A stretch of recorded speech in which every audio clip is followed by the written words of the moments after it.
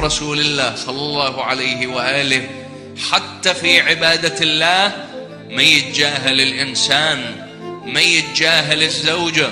وتشوف اليوم قسم من المسلمين يقوم الزوجة بغلطة ويقعدها بسبة، وبعضهم حتى في أيام الصيام هاي المرأة حلقها يابس ولازمة المطبخ وتشتغل وتعمل، ولا جزاء ولا شكورا غير الغلط والتجاوز والإهاين. عندنا هيك نوع وعندنا هيك لون من المسلمين.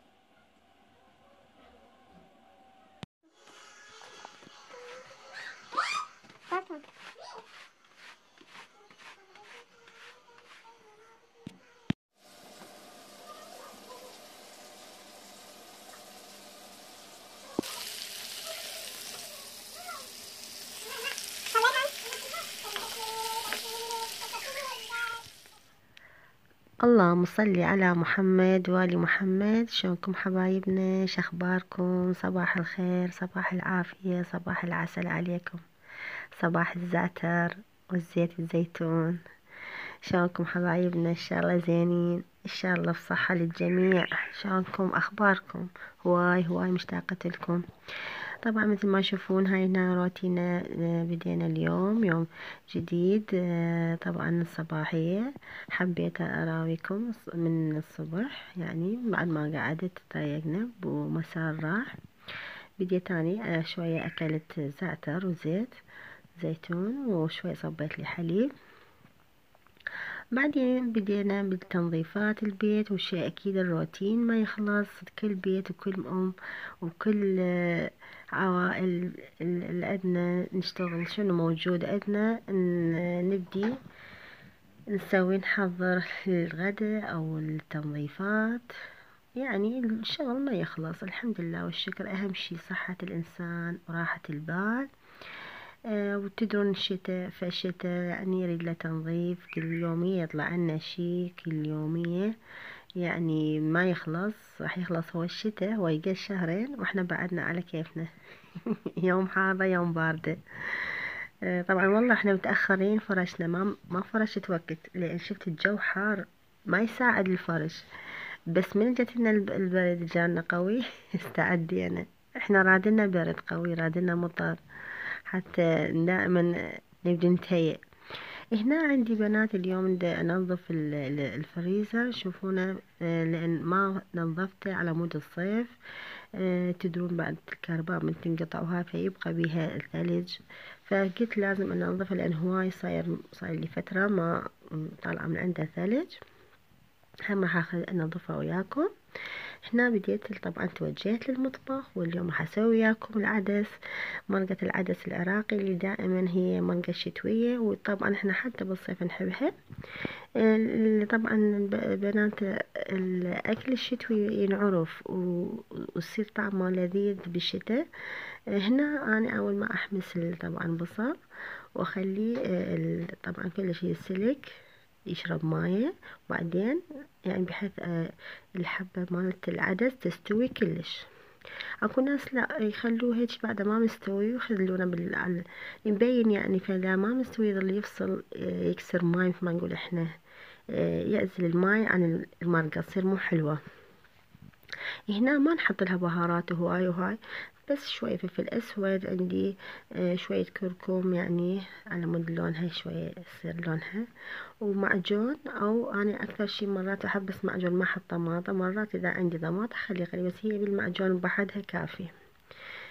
وهنا بدي طبعا اكو ناس تحط ثوم، اني ما احب الثوم. انا اذا عندي فلفل مثل حار اخلي بيها، بس ما احاول يعني اكسر الفلفل حتى لا تصير مرقة حارة، بس تعطي نكهة وطعم. هسه بعد ما استوى العدس راح ابدي. طبعا هاي هنا المعجون راويتكم، خليت بس معجون. وهنا عندي هاي اللوميات صغار، لومي بصرة. طبعا بنات مو كبار، لا تقولوا الدعوة حاطة اللومي 3 بس، هي صغيرونات كلش، فعدد 3. انا احب العدس اللومي. طبعا كلش يعطي طعمه. انا امردها فد 2 امردهن يعني بحيث يعني تعطي نكهة للمرقة. وبعدين اخلي وحدة لان اكو يردونها هيك ما ممرودة. هنا خلصنا. طبعا ما يريد لها اشي، بسيطة، مرقتنا خلصت. والف عافية علينا وعليكم. وهاي وجبة غدانا. وطبعا هم قلينا السمك، قد خاف احد ما يريد، قليت سمك صغار اللي هو بياح يقولوله هناك، يمكن يقولوله ما ادري، اهل بغداد يقولوله زوري ما ادري، بس هي مو صغيرة صغيرة كلش، لا يعني وسط. هاي السمك صغار، احنا هنا نسمونه بياح هذا. فهم قليت ويا المرق، خاف ما يريد عدس ياكل سمك. شلونكم حبايبنا؟ شخباركم؟ شلون اجواءكم الشتاء؟ طبعا بنات اجواء الشتاء حلوة، وانت كل احنا نعرف بيها بلمة الاهل والاولاد يعني. وهسه حلو هذا الوقت يعني، قعدة الصوبة او الهيترات. هسه كلها هيترات، ماكو صوبات، اكثر شي هيترات. فقعدتها حلوة ولمتها ويا العائلة. ان شاء الله يا ربي الكل يتجمع بهاي اللمة الحلوة، لان خاصة بالشتاء اللمة ما تخلى، وخاصة اذا تجي الاهل والاقارب على قولتهم يلتمون على اللي هي فاكهة الشتاء اللي هي الهيتر او الصوبة. يعني يصير الجو حلو، جو العائلة يلتمون كلها سوا. وهنا بعد ما خلصنا طبعا غسلنا المواعين، ما عندنا اي شي. بديت طبعا قلت ورا بعد ثاني شفتوا الفريز الماي كلش الثلج مالته يذوب. فقمت بديت بعد ما خلصت، طلعت الاشياء كلها البطن الفريز، فرغتها. وبديت النوم اطلع الثلج لان هواي صاير بيها ثلج. بديت افرك بيها، حطيت هنا القاصر والعطورات مالت الماعين حتى تعطيها ريحة، ونظفتها حيل وزاهي. وهاي هنا بدينا نفرك الفريز. باعوا بنات هنا الفريز هذا كلش كبير، فاني ما اقدر اطلعه برا او اكو بيهم يغسلونه برا ويخلون بيه ماي، لا فاني انفه وداخل الغرفة. وهنا بديت طبعا انظف افرك الفريزات كلها. بعد لازم يتراكم عليه الخبز او يتراكم شنو يعني اشياء يطيح بيها على داخل الفريز. لازم يعني يلتم بيها. والله شايلة اشياء هواي بيها يعني، فادتنا حيل فادتنا.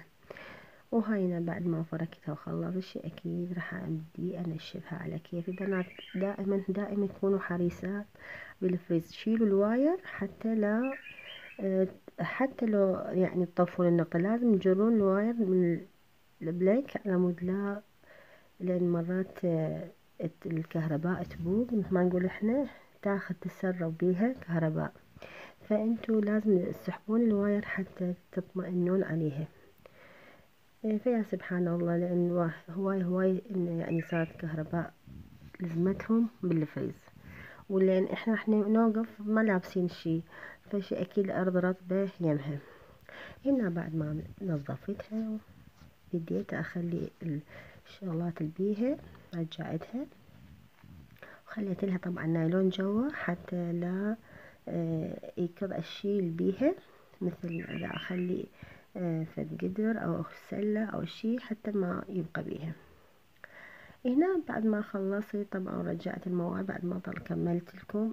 اتجهنا لوجبة العشاء. شي اكيد بعد صار الليل.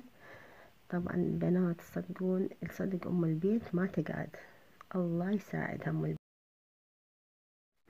يعني مرات يلومونها اذا تعبت واذا قالت ليش نسى الشغلة وليش سوت الحاجة هاي، ليش نسيتيها. يعني مرات الزلم ما يراعون يعني ام البيت الصراحة. فصدق اذا تنسى لان كل المتراكب هاي عليها، الله يساعدها. فحبايبنا هنا هاي وجبة العشانة اللي سويت مخلمة بيض وبتيتة أو بطاطا.